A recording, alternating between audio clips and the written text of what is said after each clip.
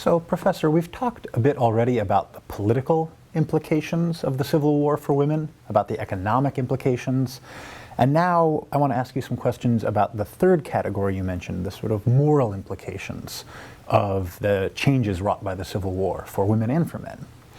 And I wanted to start by asking about something we discussed earlier, the sort of emergence of masculinity in the 19th century. In our earlier sections, we talked about possessive individualism, the notion that a man, a citizen, owns his own labor, or at least his labor, if not also his own land.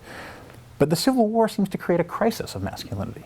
Through urbanization, through industrialization, what does this do for relations between women and men? What does it do for the idea of masculinity? Well, let's go back a little bit to talk about how the idea of masculinity is transformed in the minds of men themselves. So when we talked about possessive individualism and a man owning his own labor and therefore being able to sell it, that man was, for the most part, a person who was a craftsman, an artisan, somebody who made a product. His labor was invested in the product, and his masculinity, if you like, as well as his capacity to support a family, and indeed to be considered a yeoman until the Jacksonian period, to have full citizenship right. That was vested in his sense of what his labor could produce, not in terms of the income he made.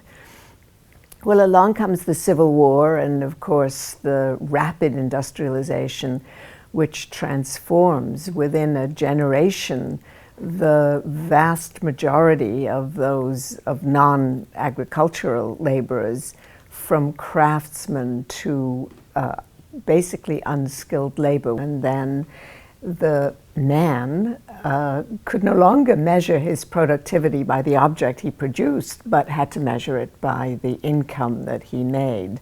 If he worked faster, if he was efficient, he was speedy, presumably he would make more money. So masculinity then got measured by income. And so the good man then became the person who earned an income. Well, a guy gets laid off, you know, most of the jobs are seasonal, one way or the other. Some involve speed-up processes, which make it impossible for men to work when they get a little older or get a little sicker. So masculinity that gets measured by money is a very variable kind of thing. So how do you then measure who you are as a man? Well, one way to do that was by controlling the household in which you lived. If you couldn't do it in the workplace anymore, then you did it at home. You were the man of the house. And this is also the period in which the idea of the family wage emerges, as you mentioned in the last section. Well, exactly right. So those who could fight for a family wage, and of course at the same time the family wage emerges, a campaign for an 8-hour day emerges. So that campaign doesn't get very far with ordinary people, neither does the family wage for that matter in the 19th century. But still, the fight for those things are indications of how much manhood is now going to be vested in, can I bring home enough money to support a wife and children, and can I support that wife and children in a way that enables me to participate and supervise and remain the patriarch of family life. And also in part to keep your wife out of the workforce. If a wife went into the workforce, you were your manhood was immediately suspect. A good man not only needed a wife at home, but kept his wife from working. And a man who allowed or let his wife make money in the workforce was, of course, no man at all. And so what does this mean for the wives then? If a man deserves a wife at a family wage to be a man, what does a woman deserve from her husband?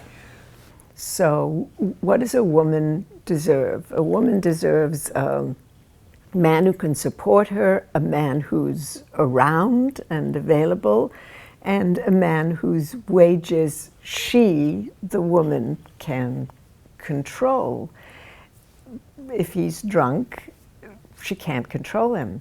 So the end of the 1860s sees the beginning of the temperance movement.